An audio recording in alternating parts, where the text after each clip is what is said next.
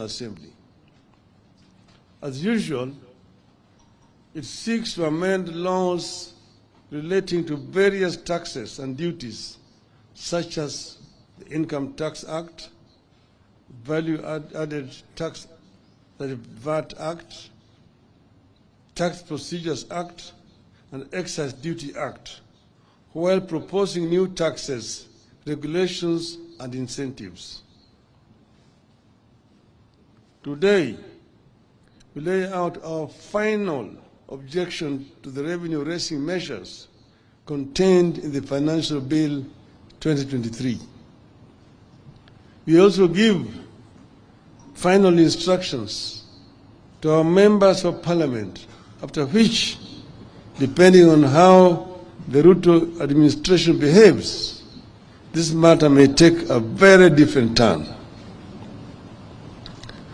Celebrated African writer Chinua Achebe said, and I quote, "A disease that has never been seen before cannot be cured with everyday herbs." In the history of budget making in Kenya, no regime has imposed so many and so high taxes on our people in return for nothing except fantasies and fairy tales. This bill is a disease that cannot be cured with everyday herbs. This bill is economic sabotage. If Ruto insists on this bill, this country will go into full recession. This bill requires and must get fierce resistance. No sane leader withdraws subsidies on basic goods, then increases taxes on the same goods and salaries of working people, including hawkers. You withdraw subsidies, and then you now add taxes to add insult to injury. I will highlight areas of significant concern to us.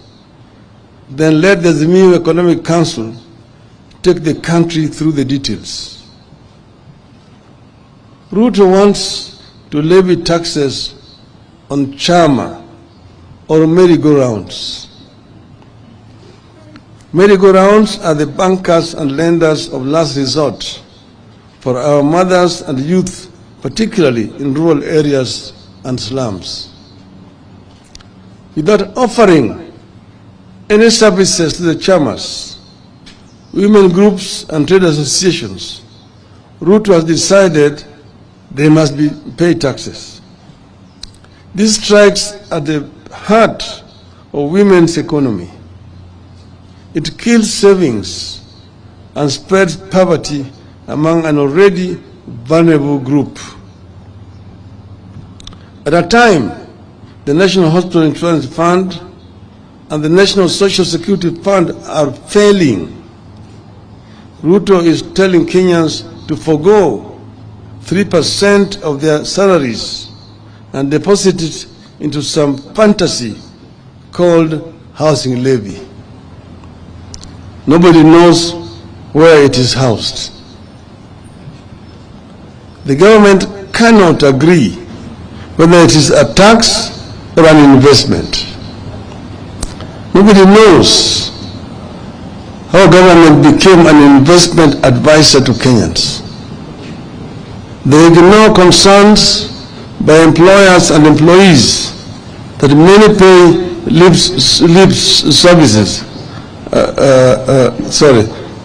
that many pay slips are already overwhelmed by deductions, loans, and lack of pay rise. They ignore concerns that this tax will increase business operating costs and force firms to relocate. Already some firms are relocating merely because of the high cost of energy in this country. It is cheaper to manufacture in Egypt and export back to Kenya. Look at the arrogance with which they want to raise turnover tax for businesses from the current 1% to 3%. They are targeting small businesses by reducing turnover of taxable businesses from Kenya shillings 1 million to 500,000. With this, any small business that sells goods and services worth 1,370 daily will pay a turnover tax of 15,000 per year, regardless of whether the business makes a profit or not. That sounds like a memo on how to kill businesses and the economy.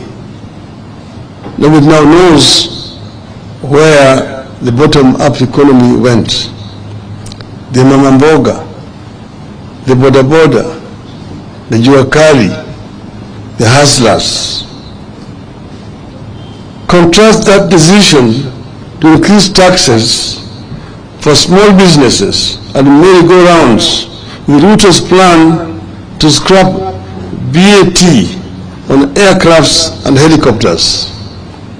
A benefit that should be extended to small businesses is being extended to the rich who trade aircrafts. This is not bottom up, this is top bottom. Ruto promised to respect every job and its contribution to the economy. This does not look like respect for every job.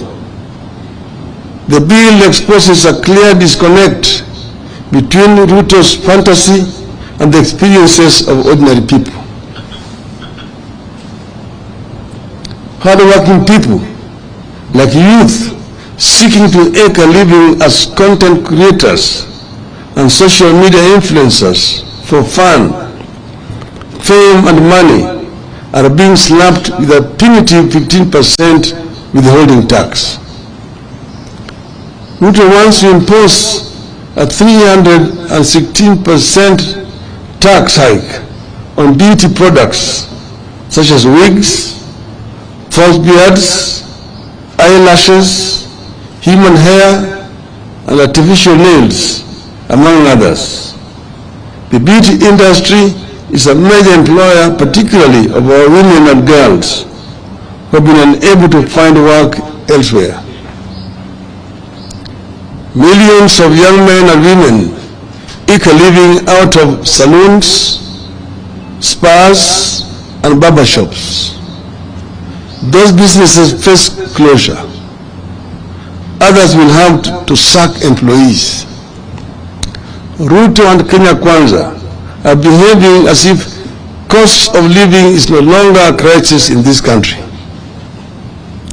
Despite existing high prices, Ruto wants to impose 16% VAT on maize flour, cassava flour, and wheat flour. It gets worse when we factor in the proposal to expose agricultural pest control products, transportation of sugarcane, raw materials for fertilizer manufacturing, and fertilizers to VAT. The net effect is that costs rise again. From his fantasy world, Ruto wants to double the VAT on fuel from 8% to 16%.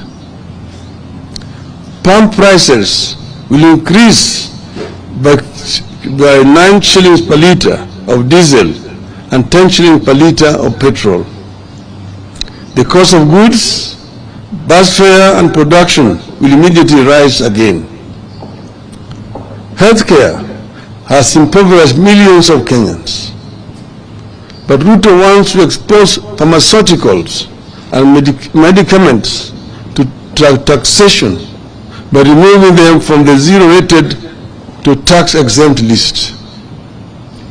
Targeted at the price of lifelong medication like insulin, and those for chronic illnesses like diabetes and hypertension. After raising the cost of fuel, they want to raise advance tax on motor vehicles. Advance tax on passenger vehicles will increase from the current Kenya shillings 2,400 to at least Kenya shillings 5,000, and from 3,000 to at least 5,000 for commercial vehicles. Trucks will now pay at least 60,000 shillings annually, up from 20,000 shillings. Obviously, the cost will be passed to the consumer, making matatu and taxi transportation more unaffordable. And woe unto you if that vehicle ends up in an accident.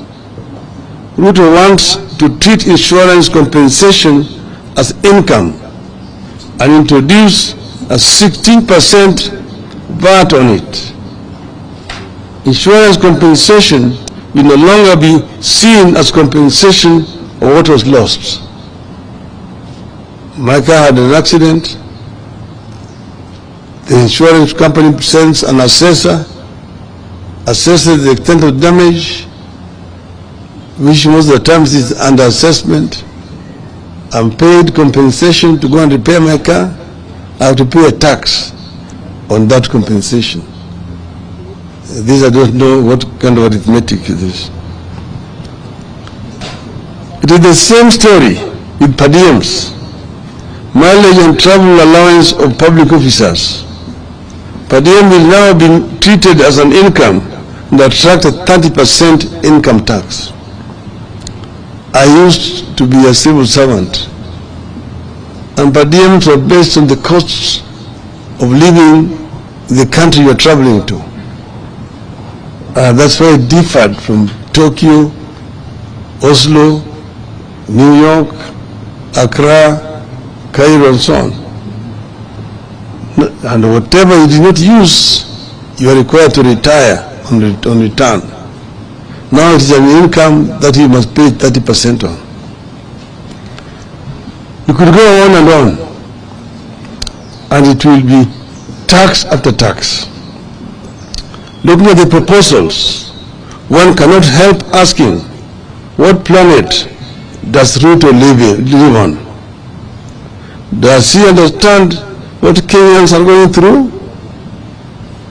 Let me turn briefly to the question of how did we find ourselves here?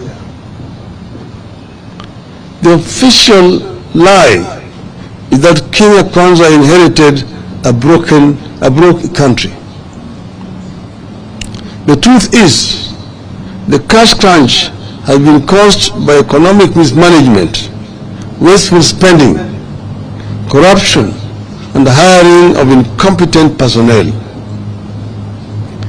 This worsening economic situation has been manufactured in State House and the office of the President in the last 8 or so months. Government's own data indicates that contrary to what Ruto promised and what he is saying, borrowing has gone up instead of coming down. But strangely, the cash crunch continues.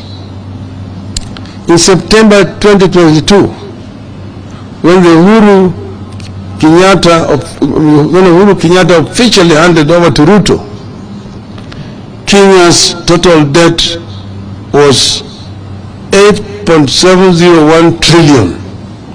I repeat, 8.701 trillion. Of this, 4.33 trillion was external debt, while 4.366 was domestic debt. As of March 2023,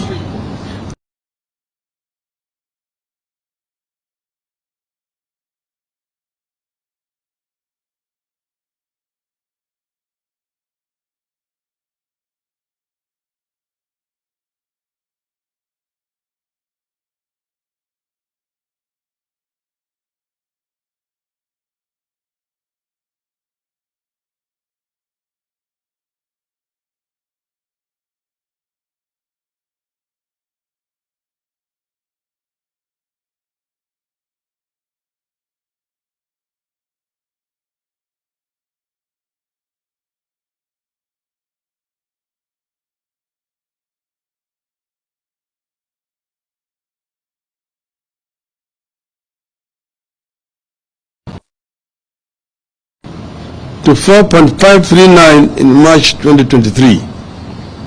We can go further back to the year 2021. Between September 2021 to March 2022, that a comparable period, our debt rose by 405 billion, from 7.96 trillion to 8.401 trillion. External debt was at 4.209 trillion, while domestic debt stood at 4.192 trillion. This was the time Kenya was struggling with the impacts of COVID-19, including implementation of subsidies and the emerging war in Ukraine.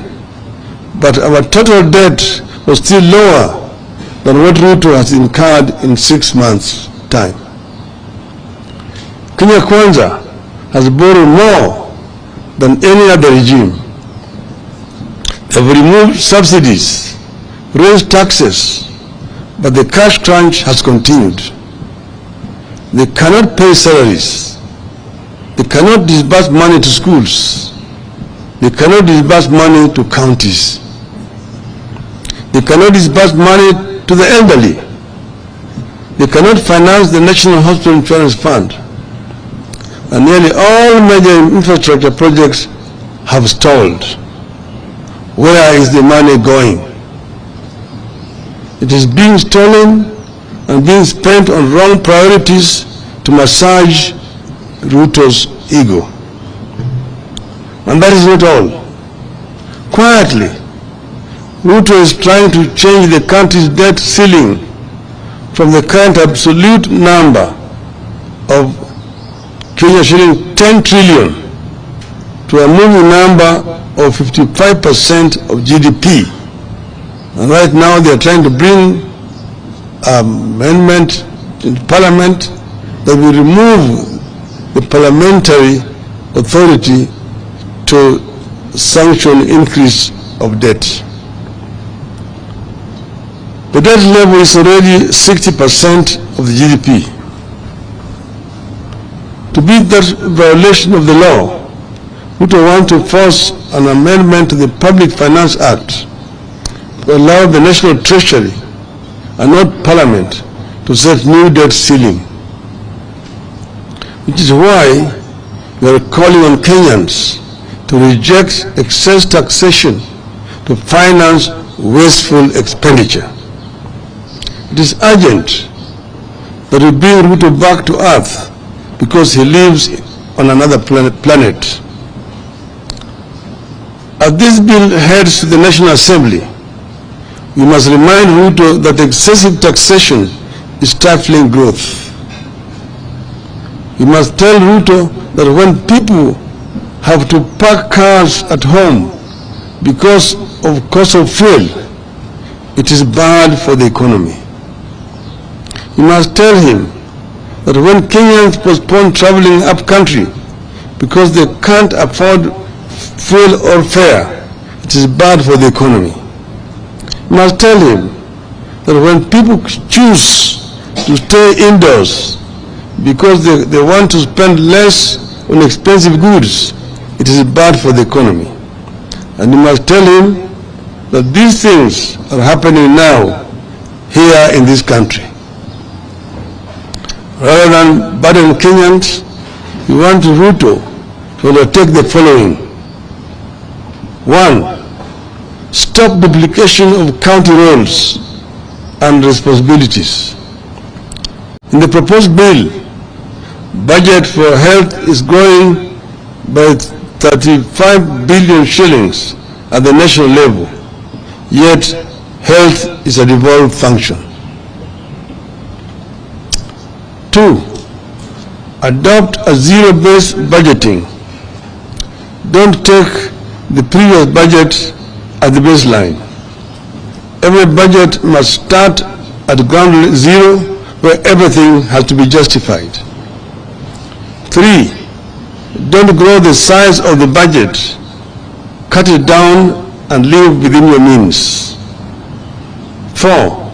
Instead of imposing new taxes, see the loopholes that lead to the loss of revenue.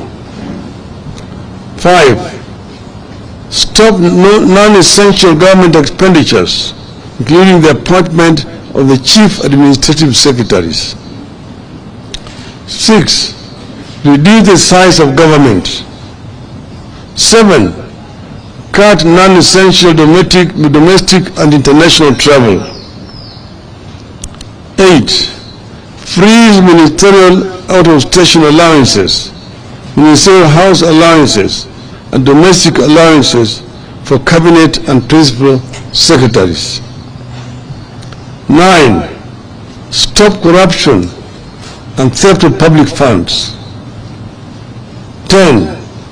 Finally, we ask Ruto to humble himself, withdraw this bill, offer apology, and seek forgiveness from Kenyans for the anxiety caused then and begin afresh. The one point I wanted to mention that the budget for the parliament is 41 billion shillings. That of the judiciary is 23 billion shillings. But the budget for housing, which is talking about as his flagship project, is 29 billion. Parliament, with only 400 or so many members, it allocated 43 billion shillings for members to be globe-trotting around. Yet housing, which is fundamental to his budget, is only allocating 29 billion shillings, less than what is given to members of parliament, almost equal to what is given to the judiciary. Is economics upside down.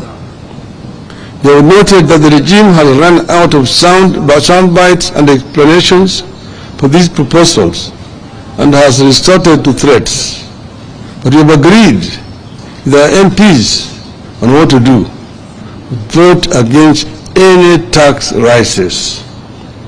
Should Ruto overrun the National Assembly, we will regroup and overrun him in the wider National Assembly of the whole people of Kenya. End of statement. So, we welcome Madam Martha Karua, who just joined. I would now like to invite the chair of the New Council, Honorable Ruto to take over from here. Welcome.